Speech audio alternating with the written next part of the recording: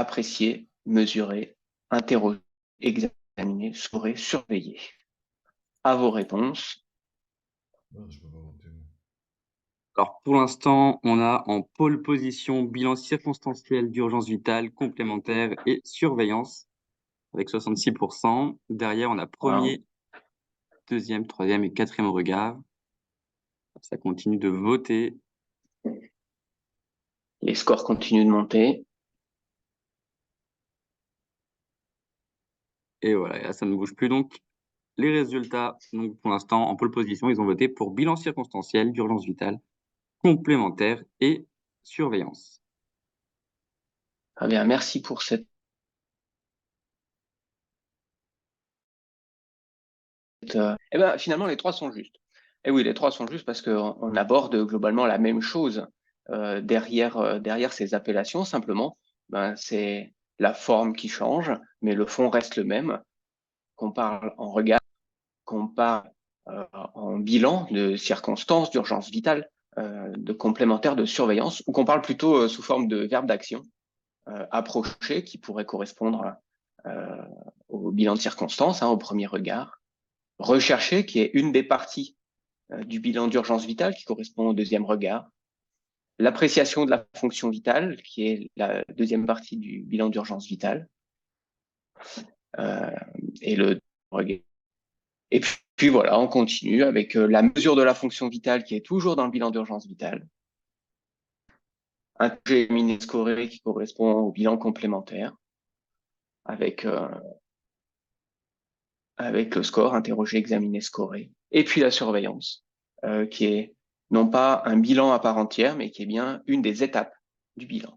Donc ce qui est important de retenir, c'est que finalement, peu importe le nom qu'on mettre sur l'étape du bilan, mais c'est bien le contenu qu'on va faire et qu'on va réaliser. Ça, c'est important puisqu'on va beaucoup s'attarder ce soir au bilan complémentaire.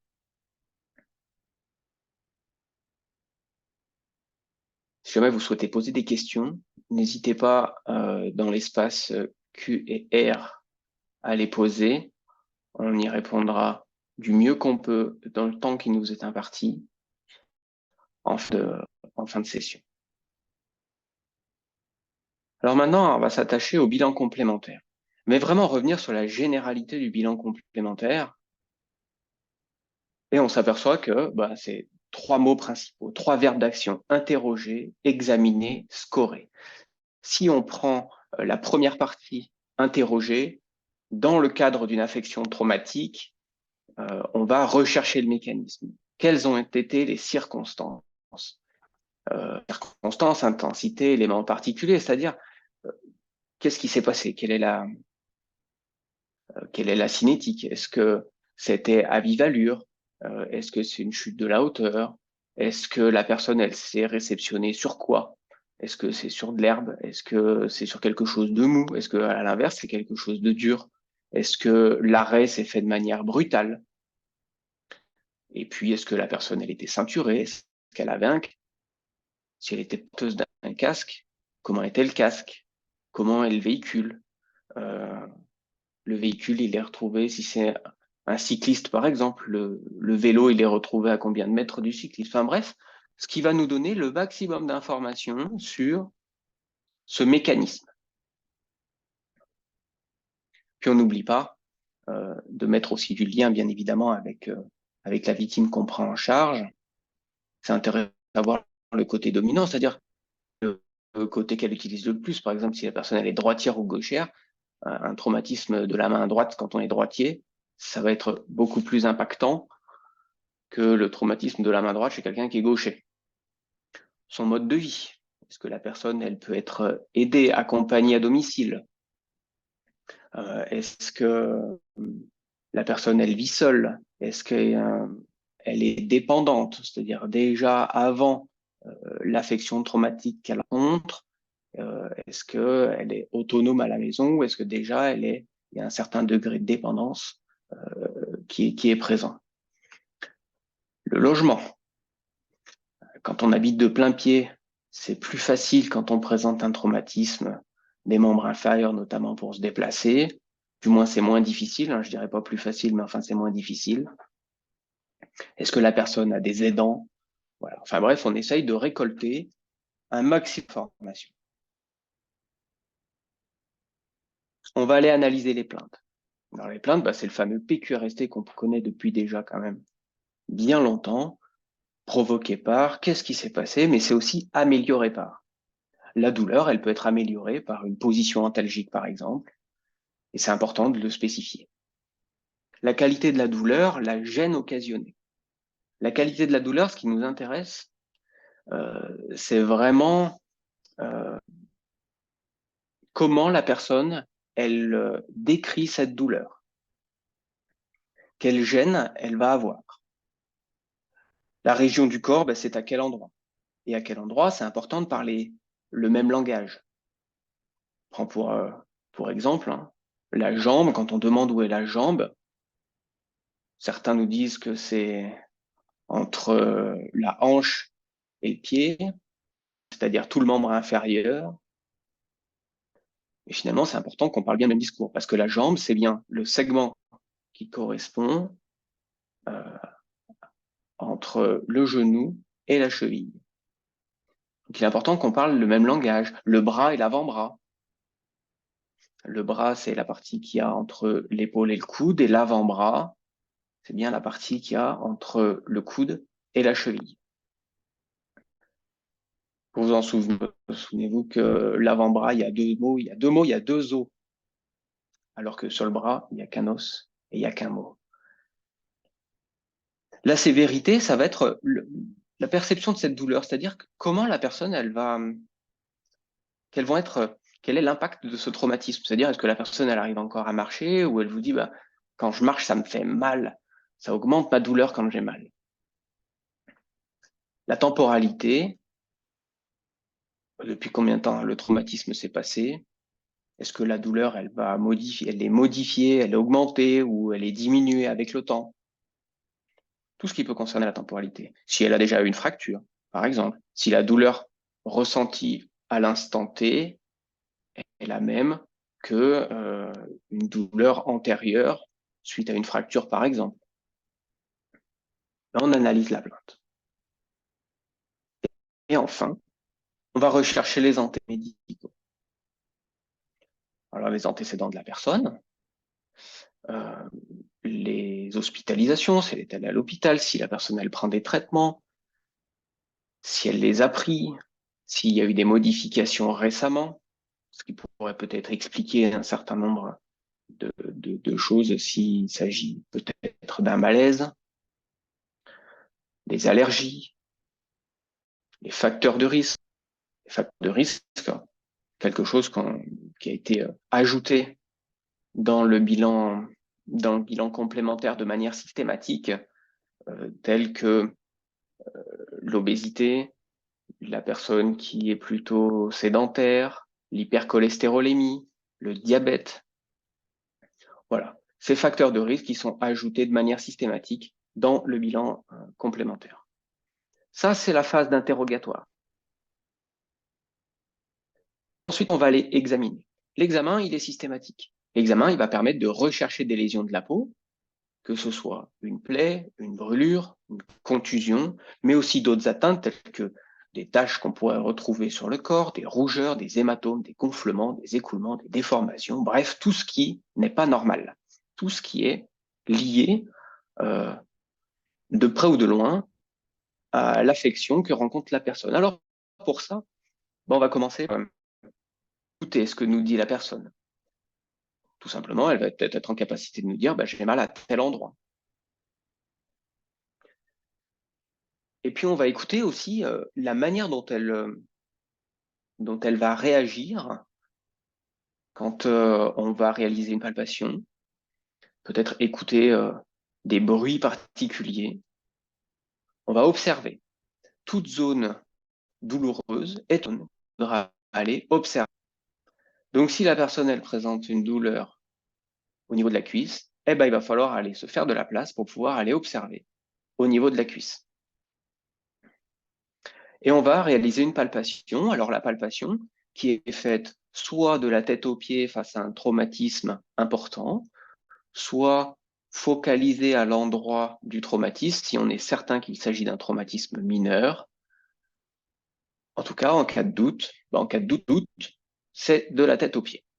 L'idée, c'est vraiment d'empaumer le membre avec ses deux mains de manière structurée pour ne passer à côté de rien, puisque l'idée étant vraiment de faire quelque chose d'exhaustif et de passer la personne à chaque fois entre les mains pour être sûr de rechercher une lésion, une douleur, un gonflement, etc.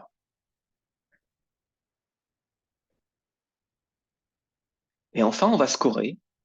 Alors, scorer, c'est la poursuite de la mesure des paramètres physiologiques, tels que la glycémie capillaire, la température corporelle, et dans certains cas, et là je prends l'exemple des collègues de la Croix-Rouge qui ont la possibilité de réaliser un électrocardiogramme et de le télétransmettre, et puis d'utiliser des scores ou des échelles de douleur. Plusieurs notées, l'échelle numérique, celle de 0 à 10, l'EVA, l'échelle visuelle analogique, vous savez, la petite réglette.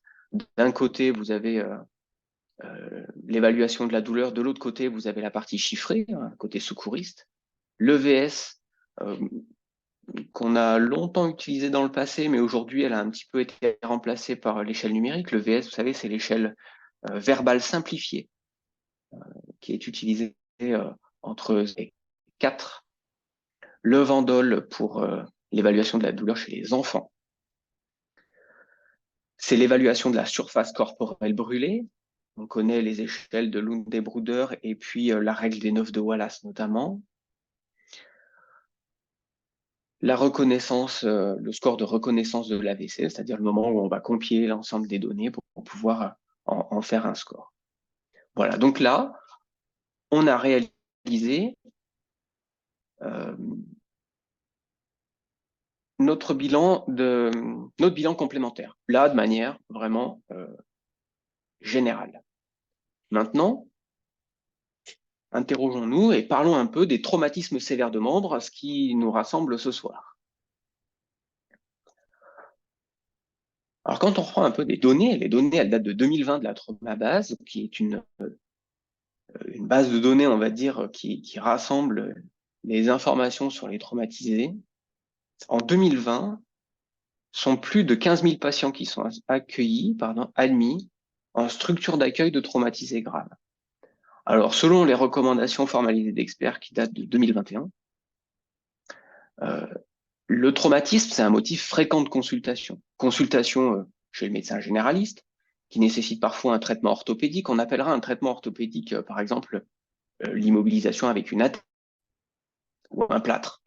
Ça, c'est un traitement orthopédique. À la différence d'une ostéosynthèse chirurgicale, où là, il faut aller au bloc opératoire et il faut aller ouvrir ou du moins mettre du matériel à l'intérieur et qui donne lieu à des hospitalisations. En tout cas, le traumatisme de membre est un motif fréquent. Bien souvent, il est sans conséquences fonctionnelles ou vitales parce que il arrive à être pris en charge. Les techniques orthopédiques ou chirurgicales peuvent faire face à cette situation-là. Et on parlera de traumatisme sévère de membre avec un certain nombre de critères de gravité qu'on va passer un peu plus bas. Avant de faire le focus sur le traumatisme sévère de membre, on va s'attarder au devenir de ces plus de 15 000 patients. Ces 15 000 patients, il y en a 50% d'entre eux qui présentent un traumatisme de membre. Voilà, on est à un petit peu moins de 8 000 personnes admises avec un traumatisme de membre. Parmi ceux-là, on en a 30% qui nécessitent une intervention chirurgicale à J0. Donc, on est à 4 600 personnes à peu près. Et 3% présentent un choc hémorragique associé.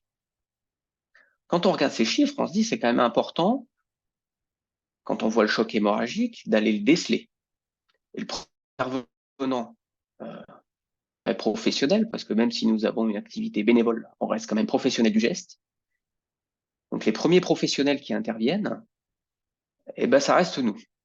Nous, secouristes, l'importance d'aller déceler au plus tôt des signes de choc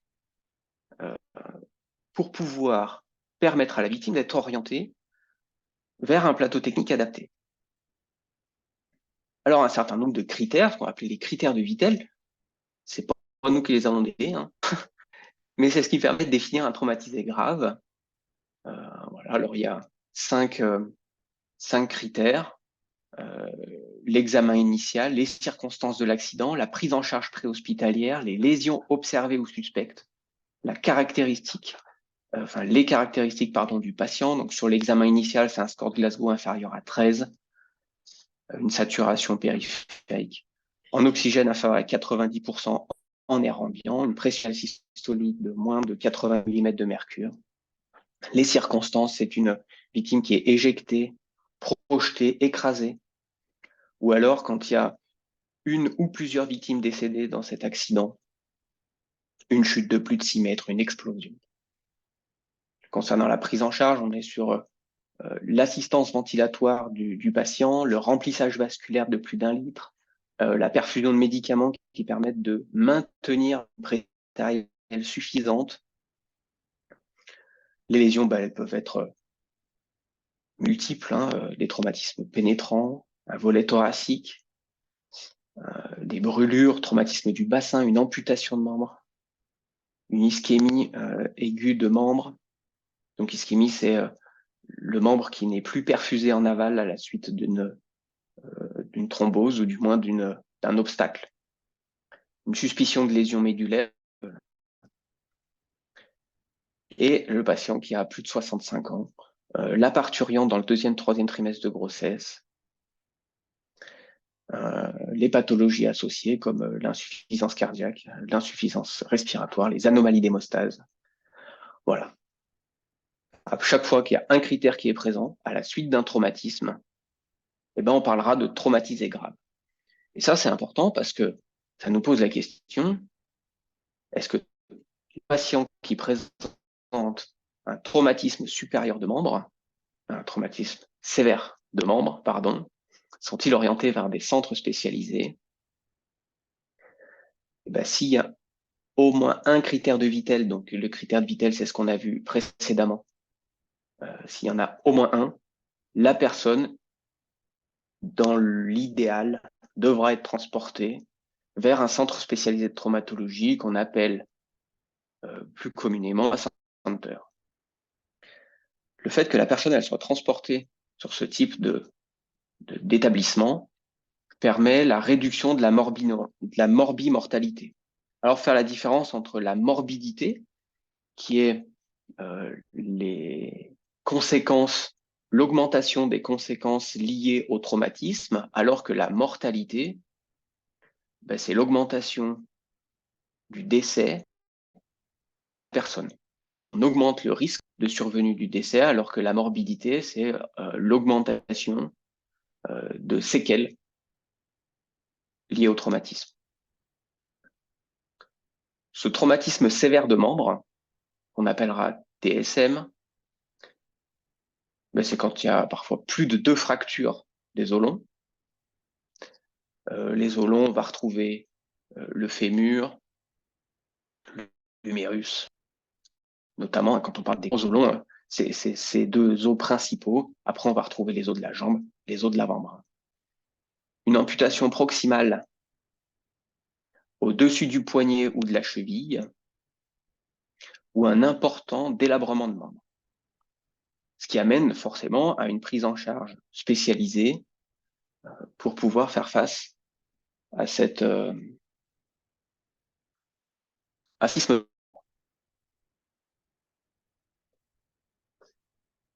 Une victime qui présente un traumatisme sévère de membre avec une hémorragie externe associée, dois-je mettre un garrot? L'arrêt de l'hémorragie externe, c'est une urgence. C'est une urgence, ça, c'est ce qu'on voit dans le R, dans le recherché. Il faut impérativement arrêter l'hémorragie.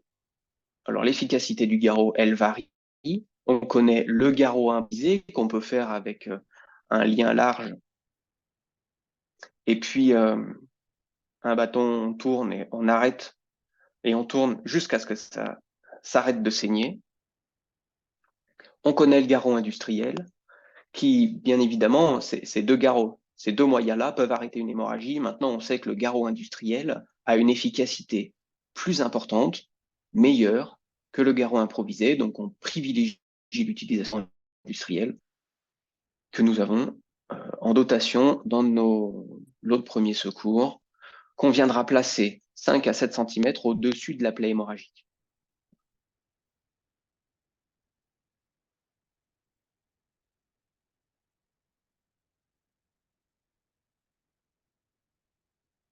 Que sait-on de l'utilisation de la glace et de la compression? Alors, deux groupes ont été étudiés. Un groupe refroidissement de la zone douloureuse avec compression ou compression et élévation du membre, et un autre groupe non refroidissement, plus ou moins compression élévation. Bon, ce qu'il faut retenir, c'est que le refroidissement permet une diminution du gonflement des tissus, une diminution de la douleur, une diminution du temps de récupération. Le refroidissement associé à la compression montre une augmentation du temps de récupération après J7. Donc on n'est pas forcément des plus efficaces dans ce deuxième cas. J'attire l'attention sur le fait que ces preuves-là qui ont été mentionnées dans les recommandations internationales de premier secours font état de preuves de faible certitude compte tenu de l'échantillonnage, du nombre d'événements, de l'intervalle de confiance et du manque de données. Ce qui est important de retenir, c'est que si la glace, elle fait effet, eh ben laissez-le. Ce qui nous intéresse, ça reste avant tout le confort, du moins le confort, la diminution de la douleur de la victime qui est prise en charge.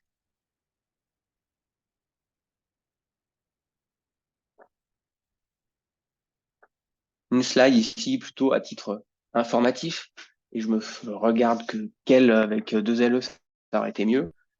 Quelle imagerie pour quelle situation? On va aller du plus sensible au moins sensible. On connaît l'IRM, hein, l'imagerie à résonance magnétique, et une imagerie qui dure à peu près 30 minutes. Le patient est placé dans un espèce de tube qui tourne, dont un aimant tourne autour, qui est assez bruyant, assez anxiogène, mais qui permet une bonne représentation des contrastes, hein, de l'eau, de la graisse, des tissus, des articulations, mais contre-indiqué aux patients qui sont porteurs de métaux, notamment s'il y a eu des clips antérieurs quand il y a eu des hémorragies, les patients qui ont des prothèses, des pacemakers. Voilà. Faut vraiment s'assurer que le matériel peut passer à l'IRM. Sinon, il y est contre-indiqué. Le scanner, qu'on appelle communément scanner, mais c'est la tomodensitométrie, qui permet une représentation 3D par un empilement de tranches. Donc à chaque fois que l'appareil tourne, c'est un appareil qui ressemble à peu près à l'IRM, qui est beaucoup plus rapide, qui fait beaucoup moins de bruit, mais qui permet par exemple de voir évoluer un saignement, une tumeur, et qui est contre-indiqué chez la parturiente parce que ce sont des rayons. Voilà. Alors contre-indiqué, toujours pareil, hein, il y a le bénéfice, le risque. Parfois, il faut passer au scanner. L'échographie, qui est un examen non irradiant qui permet de voir la surface osseuse, les tendons, les ligaments, et la radiographie, qui est l'examen, je dirais, le plus standard, qui permet de voir les os et les articulations. Je lisais en faisant cette slide, ça m'a beaucoup fait rire, qui disait la radiographie, on voit l'os, et l'échographie, on voit la viande qui est autour.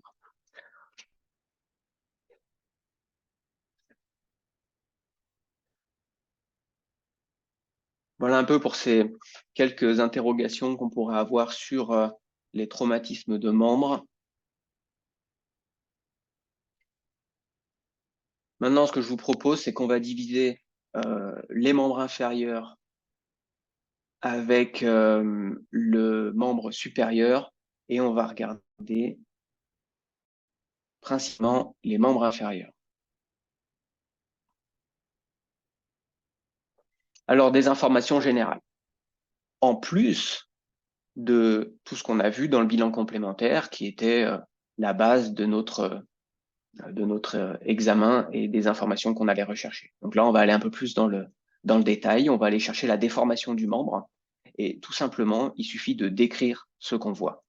Mais il est extrêmement important de décrire ces choses-là, parce que pour vous, ça semble logique quand vous le voyez, mais ça ne l'est pas forcément pour la personne qui régule et qui doit décider de l'orientation. Aujourd'hui, c'est facilité par des tablettes qui permettent de faire des photos, qui permettent de les transmettre. En tout cas, il est important de remonter cette information. La marche, est-ce que la marche est possible ou pas? Est-ce qu'il y a une impotence? La personne, elle arrive à marcher, ou qu'elle n'y arrive pas, ou est-ce qu'elle y arrive avec difficulté? Est-ce qu'il y a une perte ou une modification des reliefs osseux? Ici, on le voit un petit peu, on voit que le gonflement du pied droit masque les reliefs. Et puis, on va aller évaluer les complications. Les complications qu'on va avoir de 3 ordres. Et ça, ces complications, elles sont systématiques, qu'on soit sur les membres inférieurs ou les membres supérieurs. Ça va être compliqué vasculaire, puisqu'on va avoir un os qui vient appuyer sur le vaisseau. Et donc, il est intéressant de savoir si l'aval du traumatisme est bien vascularisé et que le sang va bien aux extrémités, que ce soit l'extrémité supérieure ou l'extrémité inférieure, mais en tout cas va bien à l'aval de là où il y a le traumatisme. Alors, pour évaluer les complications vasculaires, on va regarder la coloration de la peau, la température. Est-ce qu'il y a une différence entre les deux membres? Je pense en termes de coloration ou de température. On peut aller prendre les pouls, et là vous avez en représentation l'ensemble des endroits où on peut avoir des pouls périphériques ou centraux, hein, je pense à la carotide et au fémur, mais enfin là, en tout cas, on n'est pas dans ces situations-là. Les pouls périphériques sont là pour nous montrer que si on pousse, forcément, c'est que le sang y passe. Concernant la complication nerveuse, ça va être la sensibilité localisée, les dysesthésies, la présence de la motricité. Alors les dysesthésies, c'est tout ce qui est altération de la sensibilité. Une sensibilité où la personne, elle ressent des fourmis, où elle sent des picotements, une sensation qui n'est pas présente sur le membre où il n'y a pas le traumatisme. Alors, ces schémas que vous voyez avec les couleurs, on va retrouver en haut le dermatome, c'est-à-dire en fonction de l'étage vertébral des zones où les nerfs vont aller innerver les différentes régions, et puis celles qui sont en bas, membres supérieurs et membres inférieurs, qui représentent les différentes zones innervées par les nerfs. Alors surtout, il n'y a rien à apprendre là-dedans, mais il faut juste dire qu'il est important pour le régulateur de savoir à quel endroit il y a une altération de la sensibilité. C'est-à-dire que quand on va faire cet examen, il faut qu'on soit le plus exhaustif possible pour remonter à quel endroit il y a une anomalie de la sensibilité, puisque ça va aider à la régulation et une image de ce qui peut se passer. Alors pour nous, ça ne nous parlera peut-être pas forcément, mais en tout cas pour le régulateur ou pour le chirurgien, ça va pouvoir l'aider et du coup à savoir un petit peu ce qui se passe avant même que la personne elle soit présente sur l'établissement d'accueil ou qu'elle ait passé quelconque examen d'imagerie. Et puis sur le plan cutané, y a-t-il une plaie? Quel est le cycle vaccinal de la personne en regard avec la plaie? On pense au tétanos, est-ce que la personne elle est vaccinée contre le tétanos? La présence d'un œdème, puisque un œdème va venir comprimer les vaisseaux qui sont à l'intérieur, va provoquer de fait une souffrance des tissus et qui parfois nécessite la prise en charge chirurgicale. Voilà, et ça, ce sont des éléments qu'il faut que nous allions chercher de manière systématique, ce sont les complications vasculaires, nerveuses, cutanées, et vous allez voir que tout au long, on va en parler. Allez, on s'interroge de nouveau sur une situation. Vous intervenez auprès de Flavien, 19 ans, en pleurs. qui a percuté un arbre en luge. À votre arrivée, il est conscient, orienté, il présente une motricité et sensibilité des 4 membres, ses pupilles sont symétriques. La fréquence respiratoire est à 28, normale, régulière, symétrique, une saturation qui est non fiable. Un pouls radial perçu difficilement mais régulier. Une fréquence cardiaque à 120 mouvements par minute. La peau est froide, pâle. Le temps de recoloration cutanée est de plus de 2 secondes. Il présente une douleur spontanée de l'hypogastre et des fossés iliaques droite et gauche, évaluée à 6 sur 10. Le choc a été contre l'arbre au niveau du bassin et il présente un abdomen douloureux à palpation. Je décide, et là, 4 propositions. De mettre immédiatement un collet cervical pour libérer un scoris car il y a du boulot. De changer les piles de l'oxymètre de pouls. De positionner la ceinture pelvienne. D'isoler Flavien du froid. Alors, pour l'instant, on a à 85% positionné la ceinture pelvienne. On a également isolé Flavien du froid. On a quand même 20% qui disent de mettre un collier cervical pour libérer un équipier et 4% de personnes qui disent qu'il faut changer les piles de l'oxymètre de pouls. Je vous laisse encore quelques secondes. Et pour rappel, si vous avez des questions, vous pouvez les poser sur la petite partie Q et R, questions-réponses, en bas de votre écran et on tentera d'y répondre après. Donc on est à 81% pour la ceinture pelvienne et 77% pour isoler Flavien du froid. Parfait.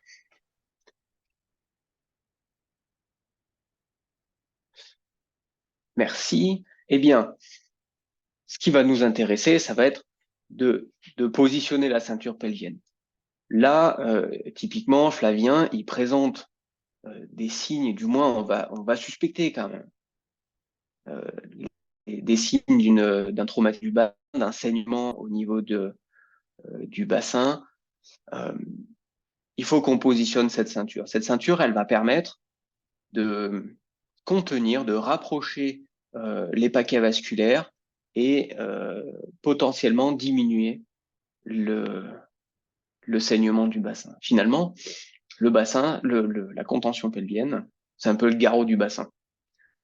Quand ça saigne, eh ben, il faut isoler Flavien du froid, oui, parce que le froid va agir de manière néfaste sur la coagulation.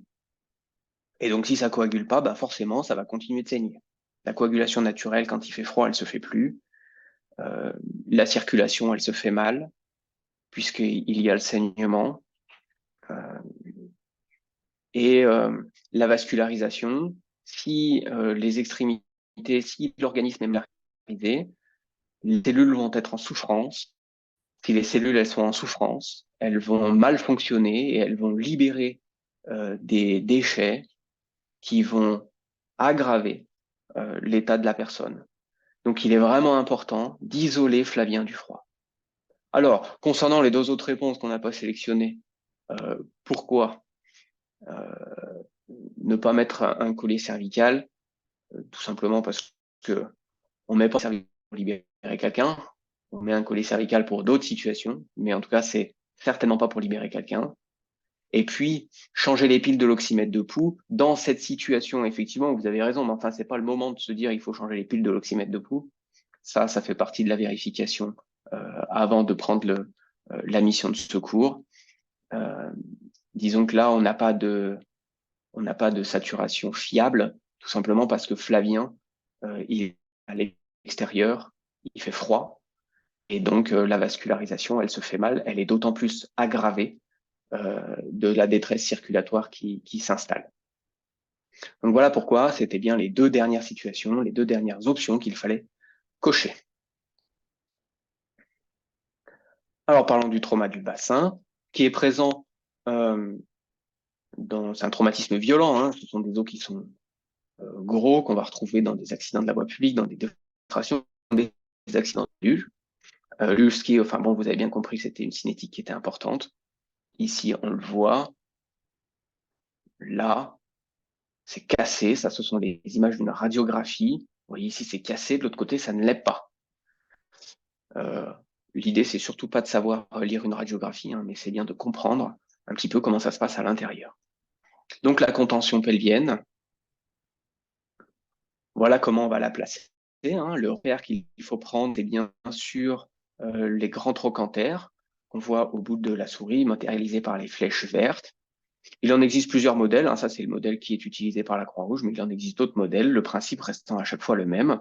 On prend 15 cm entre les deux bords de la ceinture. On vient appliquer le dispositif de serrage, on vient exercer une pression, on vient tirer sur le système de haubanage qui viendra rapprocher les bords et donc rapprocher ces paquets vasculaires et contenir le saignement. Arriver à l'hôpital, bah, c'est un scanner, c'est aller voir le corps entier, ce qui se passe, est-ce qu'il n'y a pas une lésion associée, est-ce qu'il n'y a pas d'autres choses, puisqu'on a parlé d'un traumatisme violent, donc forcément, un traumatisme violent dit il y a potentiellement d'autres lésions, il n'y a pas que le bras cassé, il y a peut-être d'autres choses qui sont impactées. L'embolisation en cas de saignement actif, l'embolisation, c'est aller arrêter le saignement directement là où il est. Donc, par un système où il faut passer dans une artère pour aller clamper le pli saignement. La stabilisation chirurgicale en cas de lésion instable, il y a deux types qui peuvent exister, soit sur la partie droite, où vous voyez, ce sont des fixateurs, hein, fixer les os du bassin pour pas qu'ils bougent, et puis la reconstruction se fera plus tard. Ou alors des clans, comme on voit matérialisé sur les images de gauche, qui permettent d'être mis beaucoup plus rapidement que les fixateurs, et qui sont intéressants à utiliser quand le patient, sur le plan circulatoire, n'est pas stable. Il est important d'identifier les lésions urologiques, et là, petit conseil de prévention, quand vous prenez la route, pensez à bien vider la vessie, parce que derrière le bassin, la vessie est logée, donc en cas de traumatisme du bassin, la vessie est un organe qui est touché très rapidement. Donc faites attention, mais aussi allez le rechercher. Alors, difficile à aller voir. Enfin, moi, si la personne a uriné, peut-être que vous allez avoir du sang et des urines. Information intéressante à aller remonter. Allez, une autre question. Monsieur X, 79 ans, a découvert le matin au pied de son lit et se plaint de sa hanche droite. À votre arrivée, il est conscient. Il a une fréquence respiratoire à 17, normale, régulière, symétrique. Un pouls radius régulier à 61 par minute, une peau froide et sèche, il est orienté, il a une motricité difficile au membre inférieur droit, une sensibilité conservée, des pupilles qui sont symétriques, une saturation à 95 d'un air ambiant, une pression artérielle à 15,8, un TRC inférieur à 2 secondes. Le FAST amélioré, il n'y a rien de particulier, il n'y avait pas d'indication de glycémie capillaire. Il a une douleur cutanée au niveau hanche droite, il n'a pas d'autres lésions. Vous décidez d'aller rechercher un raccourcissement du membre inférieur droit, une rotation externe, une rotation interne et la prise d'anticoagulants. À vous.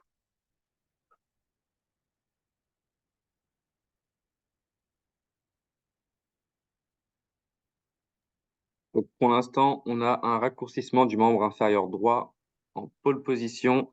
Après, c'est quand même vachement serré avec la rotation externe, la prise d'anticoagulants autour de 40% et la rotation interne qui est autour de 31%. On vous laisse encore quelques secondes pour voter.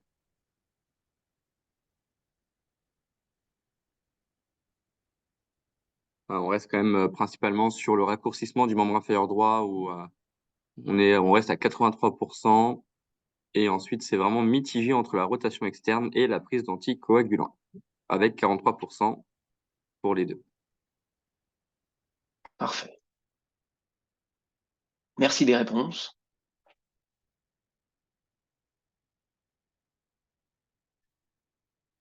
Alors du coup, on va aller rechercher le raccourcissement du membre inférieur droit. On va aller chercher une rotation externe et on va aller rechercher la prise d'anticoagulant.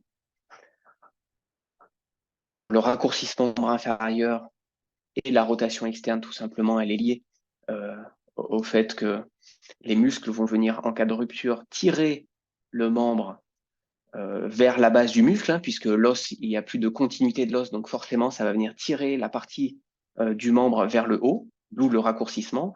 Et la rotation externe, bah, pareil, hein, parce que là où est pris le muscle, ça va venir tirer vers l'extérieur. La prise d'anticoagulant, bah, le traumatisme peut amener à un saignement, le saignement qui serait aggravé par la prise d'un anticoagulant ou antiagrégant plaquettaire, enfin bref, tout ce qui agit sur la coagulation. Donc c'est important, on voit là hein, ce raccourcissement, le raccourcissement et puis la rotation externe du membre.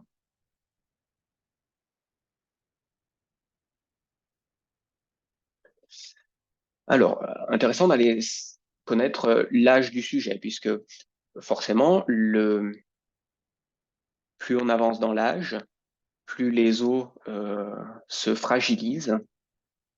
Et l'âge du sujet va aussi avec l'autonomie. Souvenez-vous ce qu'on disait dans le bilan complémentaire, il est intéressant d'aller se poser la question de l'autonomie intérieure, est-ce que la personne est pas, etc.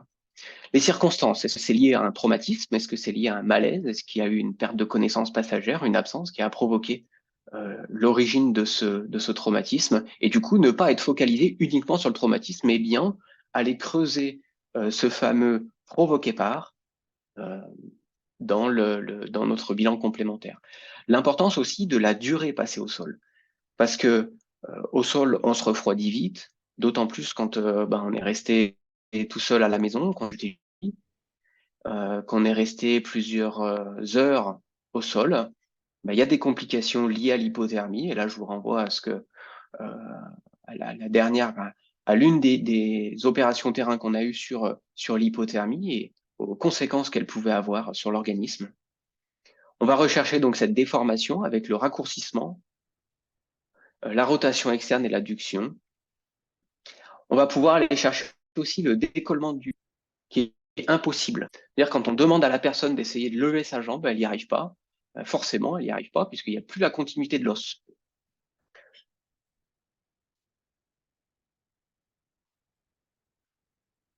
Et ensuite, arriver en structure médicale, ça va être une radiographie du bassin, de la hanche. Donc la hanche, c'est bien l'articulation qui relie le fémur au bassin. Le fémur, c'est un os, le bassin, c'est un os, la hanche, c'est l'articulation. Le scanner en cas de doute, et puis la prise en charge chirurgicale pour stabiliser la fracture et permettre une verticalisation précoce, c'est-à-dire éviter de laisser la personne assise, puisqu'il y a toutes les complications qu'on peut avoir quand on est allongé, allongé et pas assise, du moins restreinte de ses mouvements. Les du fémur, il y en a trois types. Il y a celle qui concerne le col, qui est la partie ici qui est en rouge, la partie du massif trochanterien qu'on voit un peu plus sur ce schéma-là, c'est là où on vient positionner, souvenez-vous tout à l'heure, quand on disait le grand trochanter, quand on positionne la contention pelvienne, c'est ici. Le repère, c'est ici, c'est celui qu'on sent au-dessus de notre cuisse.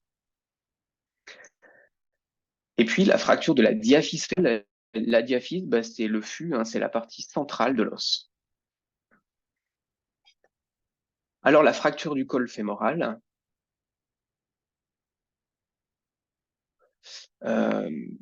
plusieurs solutions, hein. Soit il faut mettre des vis, soit il faut mettre une prothèse, et donc on va tout remplacer, remplacer l'extrémité de l'os d'un côté, puis remplacer le réceptacle de l'autre côté, le cupule qui va être mise dans le bassin. Donc là, on voit ici, c'est l'os du bassin, avec une cupule prothétique, et puis ici, où la tête du fémur, elle a été coupée et remplacée par, par la prothèse. Et cette prothèse qui va descendre jusque dans le fût fémoral pour pouvoir remplacer la mission de la tête et du col du fémur. Fracture du massif trochantérien, vous avez vu, c'est cette grosse partie-là. On rentre pas dans les détails, hein, parce que vous avez vu, à chaque fois que ça casse, il faut se poser la question à quel endroit ça casse. Bref, bon, ben là, il va falloir mettre encore du matériel. Là, cette fois-ci, c'est un matériel différent. Faut visser pour pouvoir faire tenir l'os et que la mission de l'articulation et de l'os soit toujours efficace. La fracture de la diaphyse. Donc là, c'est la partie longue de l'os. Traumatisme violent. Vous avez déjà essayé de casser un os de poulet, vous y avez peut-être passé du temps, mais c'est pas facile de casser un os de poulet. Bah, casser un fémur, c'est pas facile. Donc il faut vraiment y aller. Il faut taper fort. Il faut que le traumatisme soit violent, ou alors il faut qu'il y ait des problèmes antérieurs qui diminuent la force de l'os. Donc, il faut éliminer une lésion associée. Donc, il faut aller rechercher, penser au bilan complémentaire. On est curieux, on va voir, on va rechercher ce qui se passe. On va traiter la douleur, nous, autant qu'on peut. Et voilà à quoi ressemble une fracture de la diaphyse du fémur, où là, il n'y a plus de continuité de l'os. Ça ne veut pas dire que c'est ouvert. Ça ne veut pas dire que la fracture, elle est ouverte. Ça veut simplement dire qu'il y a une rupture de continuité de l'os et que on peut mettre un clou, voilà, qui relie les deux pour pouvoir retrouver la continuité de l'os. Alors, soit le traitement, c'est par de la traction, soit c'est par de la chirurgie. La traction, c'est simplement d'aller tracter le reste du membre inférieur vers le bas pour pouvoir permettre à l'os de retrouver une certaine continuité. Voilà, un autre exemple avec une plaque. Les traumatismes du genou. Quand on voit la photo le schéma là, du genou, on s'aperçoit vite que c'est très complexe. Important de connaître les circonstances. Est-ce que c'est lié au sport? Est-ce que c'est un choc sur la rotule? Est-ce que la personne elle a entendu un craquement? Est-ce que la marche est possible? Est-ce que le genou arrive à bouger? Est-ce que quand la personne elle est allongée, est-ce qu'elle arrive à décoller le talon du sol? Tous ces éléments qui sont importants, qui vont pouvoir donner des indications sur précisément ce qui se passe. Quand on voit comme c'est compliqué, à chaque fois qu'on arrive à donner une information, on ferme une porte de ce qui peut se passer dans l'articulation. Et puis ensuite, c'est de l'imagerie, radio, scanner, arthroscopie, un certain nombre d'examens supplémentaires. Le plateau tibial, on voit ici cette impaction. On peut avoir parfois un choc sur la rotule, on peut avoir une déviation du membre, hein, c'est-à-dire que quand la personne elle a le membre allongé, ça dévie côté droit, forcément, hein, l'os n'est plus là, donc il va avoir tendance à la jambe, elle va avoir tendance soit à se rapprocher, soit à s'écarter il est rare qu'il y ait des ouvertures cutanées, mais enfin bon, il n'est pas exclu qu'il y ait une plaie qui vienne s'ajouter. Et donc là, ça va être une prise en charge chirurgicale, pourquoi pas un fixateur, hein, si jamais il y a une plaie associée. Les fractures de la rotule, on est en train de s'apercevoir là que tout est cassable, hein. On peut tout casser dans l'organisme, et à chaque fois, il va falloir aller chercher des actions. Fracture de la rotule, ici, on en a deux images radiographiques. Il y a souvent une dermabrasion à minima sur le genou, qui nous indique qu'il y a eu un choc, avant même qu'on puisse se dire que la rotule est cassée, hein, parce que nous, on ne va pas pouvoir faire grand-chose si ce n'est que la personne elle a mal et qu'il y a une dermabrasion, mais dans notre tête, on peut s'imaginer qu'il y a un traumatisme de la rotule et une fracture de la rotule. Le traumatisme de la jambe, c'est la violence du traumatisme. Est-ce qu'il y a une plaie qui est associée? Repensons aux atteintes vasculaires nerveuses. Souvenez-vous, ce sont toujours les 3 complications qu'il faut que nous allions chercher systématiquement. La complication vasculaire, la complication nerveuse, la complication cutanée. Est-ce que la marche est possible? Avant que vous preniez en charge la victime, est-ce qu'elle était en capacité de marcher? Est-ce qu'elle s'est relevée, elle a fait quelques mètres, puis elle s'est rassise? Est-ce qu'elle s'est relevée, elle est parce que la jambe, elle ne tient plus? Ou est-ce qu'elle est restée au sol parce que la douleur est trop importante? Voilà, pourquoi peut ressembler une fracture de jambe avec les fixateurs ou le matériel qui est à l'intérieur. On peut avoir un hématome de jambe, c'est-à-dire que ça saigne dans la jambe et puis cet hématome va venir comprimer les parties à l'intérieur qui vont être en souffrance, enfin, les parties notamment vasculaires et nerveuses vont être comprimées par cet hématome, d'où l'intérêt d'aller chercher si la personne prend des anticoagulants, ou du moins des médicaments qui permettent de fluidifier, hein, donc c'est anti-agrégants plaquettaires ou anticoagulants. Les traumatismes de la cheville, qu'on rencontre très régulièrement sur nos postes de secours, les mécanismes en varus équins, donc c'est vraiment comme sur l'image que vous voyez ici, avec la personne qui vous dit j'ai entendu craquer au moment de ma chute. La personne, elle a réussi à marcher et puis finalement, elle s'est posée. Et alors maintenant qu'elle s'est posée, là, elle n'arrive vraiment plus à marcher. C'est vraiment douloureux. On a une douleur à la mobilisation euh, dans le sang, un œdème en œuf de pigeon, comme on peut le voir ici sur l'image, une flétion, une extension qui reste possible mais qui est douloureuse. C'est vraiment le varus qui est douloureux. La fracture de la malléole. Donc la malléole, elle est soit interne, soit externe. On va pouvoir retrouver une plaie ou une flictène, une ou plusieurs. Hein. Repensons à nos atteintes vénériennes nerveuses. Posons-nous la question, est-ce que la marche, elle est possible? Voilà à quoi ça peut ressembler. Décrivez ce que vous voyez, soyez curieux, allez chercher les informations, puisque c'est ce qui va faciliter l'orientation de la personne. Quand on voit le traumatisme du pied, le pied, c'est un peu comme le genou. Il y a plein de petits os, c'est extrêmement complexe, c'est des chirurgies très difficiles. Voilà, plein de petites choses à aller voir. Est-ce qu'il y a un œdème? Et puis quand il y a un œdème, on ne voit plus rien.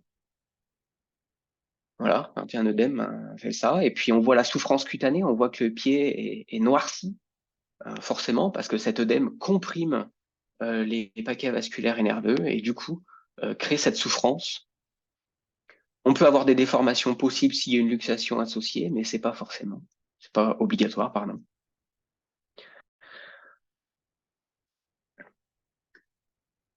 Si on passe au membre supérieur, le membre supérieur va plus vite que le membre inférieur. Il est important de retirer les bijoux.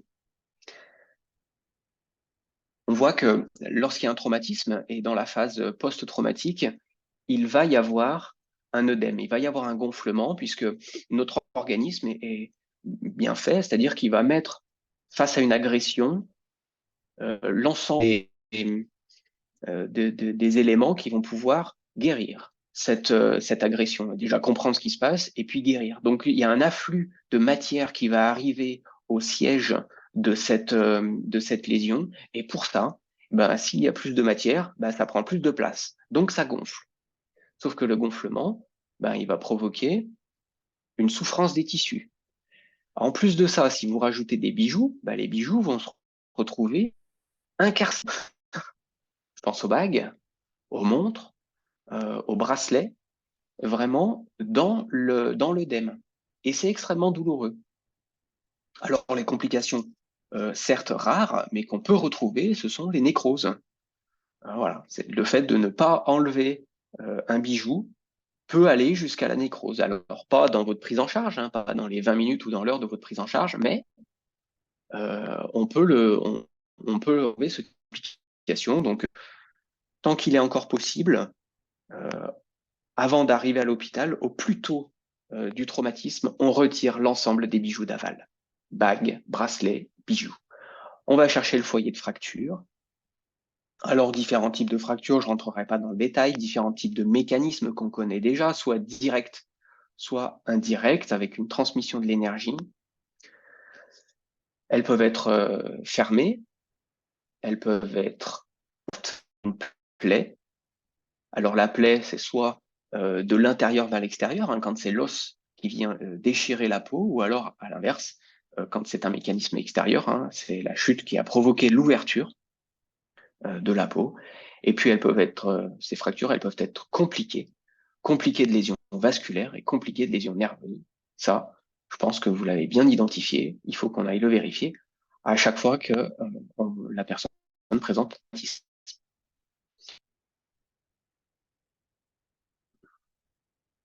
Alors, le traumatisme de la clavicule qui est fréquent quand la personne elle chute sur la main en hyperextension. Donc, la clavicule, c'est cet os qui est ici. Chez le sujet jeune, on peut le retrouver quand il y a un exercice sportif. On peut le retrouver aussi lors des traumatismes de la circulation avec la ceinture de sécurité qui vient appuyer, exercer une pression sur la clavicule et du coup provoquer un traumatisme à ce niveau-là. On va retrouver des tuméfactions, saillie de l'extrémité distale de la clavicule, la touche de piano, vous voyez ici, on la remarque bien.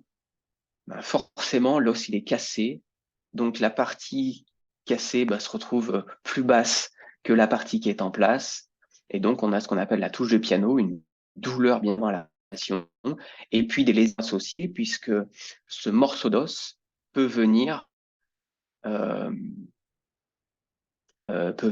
provoquer un pneumothorax, c'est-à-dire une lésion au niveau du poumon, et provoquer derrière une défaillance respiratoire. Voilà à quoi ça ressemble sur le plan radiographique. Hein. On a une fracture ici de la clavicule. Voilà comment elle peut se solder, plaques, vis, des haubans, enfin bref, un certain nombre de possibilités chirurgicales derrière. Luxation gléno-humérale. Alors la luxation, c'est la perte de contact des surfaces articulaires. Donc la glène qui est ici, qui est la partie articulaire de la scapula. La scapula, c'est l'omoplate. Et puis de la tête de l'humérus qui vient se loger dans cette glène-là. Donc en cas de luxation, eh bien, on peut avoir une déformation, une saillie en coup de hache. Donc là, on le voit sur l'image radiographique, mais on le voit ici physiquement. Donc là, c'est l'articulation, la tête de l'humérus, elle est sortie de son logement.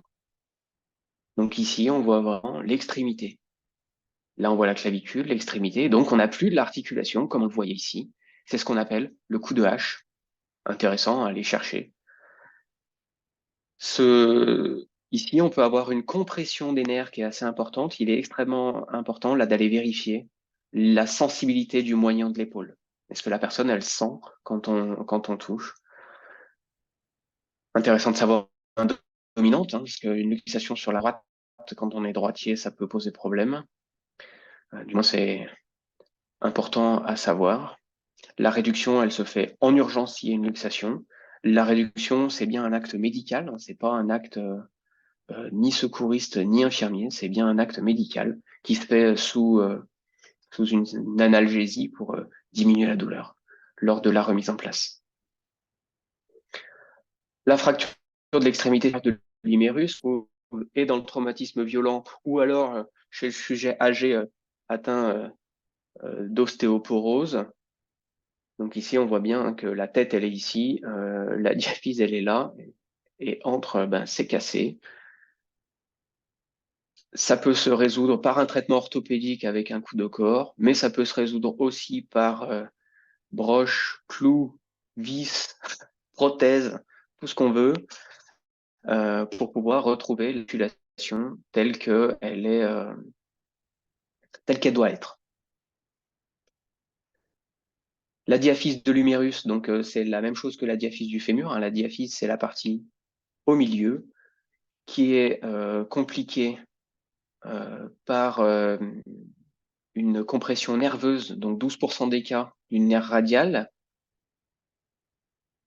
Donc, il est extrêmement important de savoir si la main, elle bouge et elle bouge bien en totalité. Et puis, elle sent bien la personne. Le nerf, c'est ce qui va permettre de faire remonter l'information. Donc, faites bien la sensibilité de tous les doigts. Et assurez-vous que tous les doigts ont bien la possibilité de faire remonter cette information de la sensibilité. Fracture ouverte, puisque vous avez vu, hein, les paquets vasculaires passent à proximité de l'os.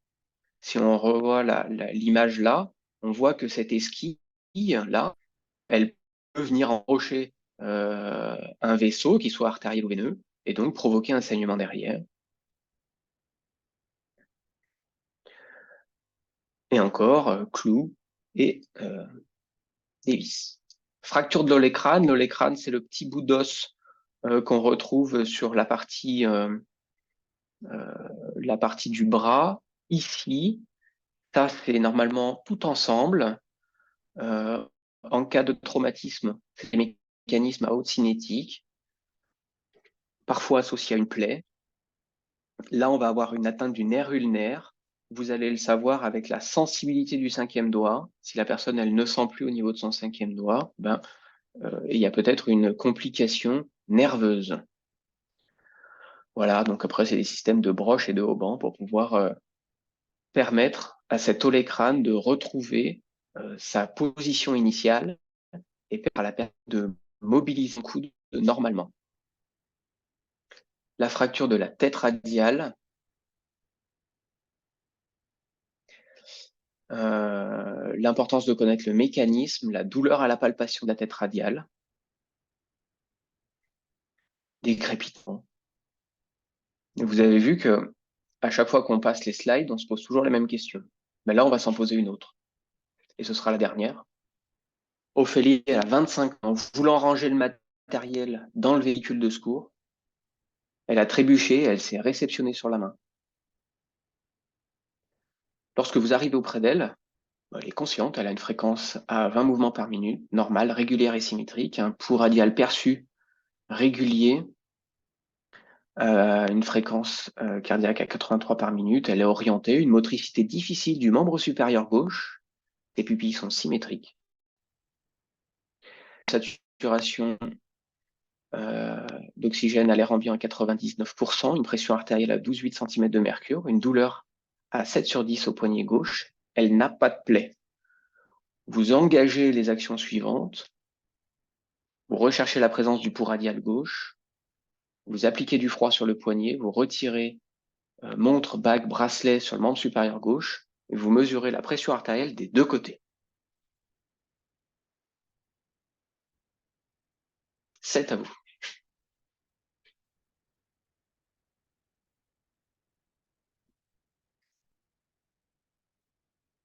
Donc, on vous laisse quelques secondes pour répondre à ce dernier cas de la soirée. Je vous rappelle par la même occasion que Adeline est en train de vous renvoyer le petit Google Form. N'hésitez pas à y répondre à la fin de cette vidéo pour toujours améliorer la qualité de ces webinaires. Alors, pour l'instant, on a 97% des participants qui disent qu'il faudra retirer montre, bague, bracelet. Ah, c'est fantastique ça. On a également 79% des participants qui disent qu'il faut appliquer du froid sur le poignet, 69% qui proposent de rechercher la présence du pouls radial gauche. Mais on a quand même 40% des gens qui disent qu'il faut mesurer la pression artérielle des deux côtés.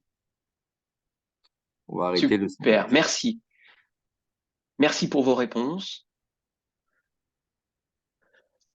Donc les actions suivantes, ça va être, oui, de rechercher la présence du pouls radial gauche, puisque on va, en recherchant la présence du pouls, s'assurer qu'il n'y a pas, enfin, du moins que il n'y ait pas une compression d'une artère. Parce que si on sent le pouls radial, ça veut dire que la radiale, elle n'est pas impactée. On va appliquer du froid parce que il n'y a pas de plaie, parce qu'on ne peut pas appliquer du froid à partir du moment où il y a une plaie. Et puis, ça va permettre de diminuer la douleur. On va retirer montre, bague, bracelet sur le membre supérieur gauche. Je ne reviens pas dessus, on en a suffisamment parlé tout à l'heure. C'est lié à l'œdème. Mesurer la pression artérielle des deux côtés. Il y a intérêt de mesurer la pression artérielle des deux côtés. On se souvient, la mesure de la pression artérielle des deux côtés se fait dans la situation où la personne présente une douleur thoracique. Il me semble qu'on a abordé ça, Daniel, il n'y a pas si longtemps, sur la douleur thoracique, où c'était la situation où on mesurait la pression artérielle des deux côtés. Là, dans cette situation, il n'y a pas d'intérêt de le faire. Le traumatisme du poignet, c'est le traumatisme le plus fréquent du membre supérieur, qui est présent chez le sujet âgé, chez la femme, lié à l'ostéoporose. Chez le jeune, on l'a en sport. Le mécanisme de la chute, c'est sur la main. Alors moi qui suis station de ski, c'est le surf très fréquent. En snow, il chute parce que les deux pieds attachés et clac, le poignet. En extension, dans 85% des cas. On recherche des complications, mais ça, je pense que ça y est, c'est maîtriser les complications vasculaires, les complications nerveuses, les complications cutanées. Et puis après, bah, la chirurgie fera son travail pour pouvoir refixer l'ensemble des os. Voilà, on a passé un certain nombre de diapositives. Je vous montrais sur les traumatismes. J'insiste sur quelques points à retenir. Ces points sont les bonnes pratiques à l'international qui sont éditées tous les 5 ans par la Fédération internationale et dont je veux qu'on s'arrête juste quelques instants et qu'il faut qu'on se souvienne que toute blessure à une extrémité doit être considérée comme une fracture osseuse et qui doit être immobilisée. Il est essentiel d'immobiliser un traumatisme. Le fait de l'immobiliser, ça limite la complication, ça limite la douleur. La glace ou le refroidissement peuvent être appliqués jusqu'à 20 minutes consécutives sur les articulations foulées et les blessures des tissus mous.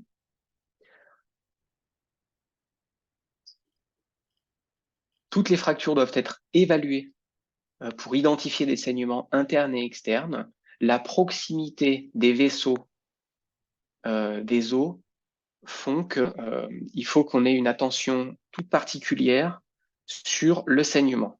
Et donc, le traitement que prennent les patients, être sûr qu'il n'y ait pas de médicaments qui contrarieraient, modifieraient, altéreraient la coagulation naturelle.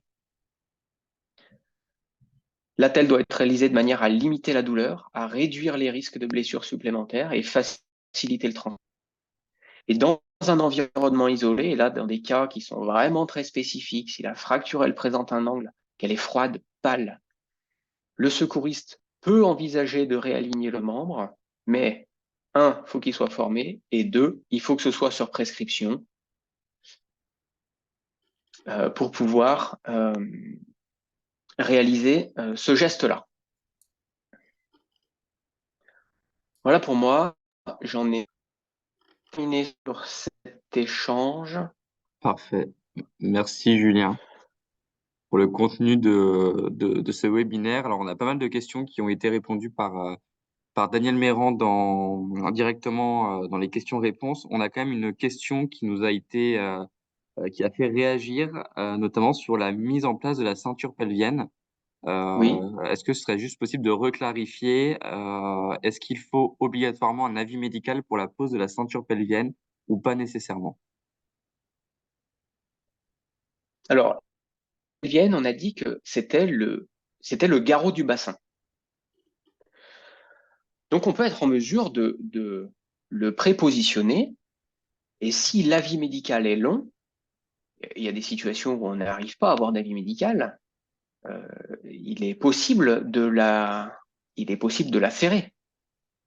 En fait, il faut vraiment s'imaginer que Cette, alors, je sais pas si vous voyez encore mon partage ou pas. Oui, Oui. oui, oui, toujours. Il faut s'imaginer que sans l'arrêt du saignement, on va avoir des dégâts. On va avoir. Donc, l'idée, c'est très rapidement, on peut positionner la ceinture pelvienne, mais quand on est face à une défaillance circulatoire et et une suspicion d'hémorragie au niveau du bassin, liée aux circonstances et à l'analyse des circonstances, qu'on n'arrive pas à avoir d'avis médical, oui, il faudra mettre la contention pelvienne. On est bien dans la situation où on n'arrive pas à avoir d'avis médical. Le prépositionnement de la ceinture pelvienne, c'est simplement de glisser dessous.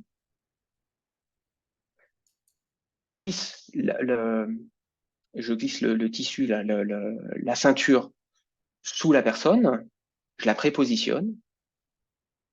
Il y en a un qui est parti appeler la régulation. Et en général, on arrive à avoir l'avis. Hein. Et ça, il faut s'imaginer qu'on est face à une situation où on a des signes de défaillance circulatoire et on a une suspicion de traumatisme du bassin. Une douleur en bas de l'abdomen ou au bassin. Parfait. Merci pour cette réponse. On a beaucoup de commentaires de personnes qui te remercient pour ce webinaire très intéressant. On arrive déjà il est quasiment bientôt 21h. On va vous laisser passer une bonne soirée. Je peux On dire va un faire mot en juste. sorte de voir s'il est possible de répondre à d'autres questions. Daniel, Euh, question. comment? Je vois que Daniel, il a levé la main. Ah oui, Daniel. Daniel, on Ouais, excuse-moi. Vous m'entendez là, oui? Ça marche? Oui, oui. Oui, Oui, oui, oui, d'accord. on t'entend, on t'entend. Ouais, ouais, juste dans la conclusion, vous avez effectivement posé un certain nombre de questions. Je vous ai répondu dans le chat parce que pour pas que ça dure trop longtemps. Il y avait des questions sur les immobilisations. Et bon, sur la ceinture, tu l'as répondu. Et sur les méthodes de relevage aussi. Vous savez, les relevages, il y en a plusieurs qui sont disponibles dans les guides techniques. Mais ce qui est important, c'est avant de partir en intervention, si vous allez par exemple sur des motocross ou des DPS comme ceci, avant de partir en intervention, entraînez-vous, essayez les différentes techniques et utilisez celle qui pour vous semble la meilleure. Cela dépend aussi de l'aptitude physique de chaque équipier. Et ça, c'est au rôle de chef d'équipe aussi d'entraîner son équipe avant d'intervenir pour bien connaître son équipe, savoir où placer ses équipiers, choisir la technique qui sera le plus adaptée à ses équipiers pour que la victime bouge le moins lorsque vous allez la surélever. Voilà.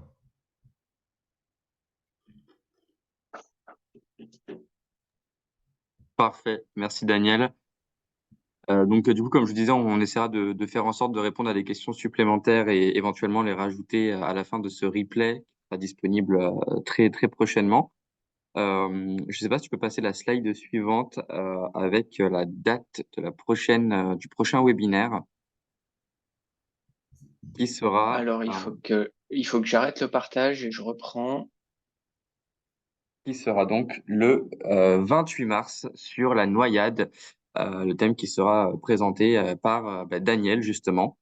Voilà, merci à tous. On se retrouve donc le 28 mars pour le prochain webinaire sur la noyade. N'hésitez pas à remplir le petit formulaire de fin de webinaire. Encore merci à Julien pour la présentation. Toujours la même heure, à 19h30 le 28 mars. Et puis on vous souhaite une très très belle soirée, une belle fin de semaine. Merci à tous. Au revoir.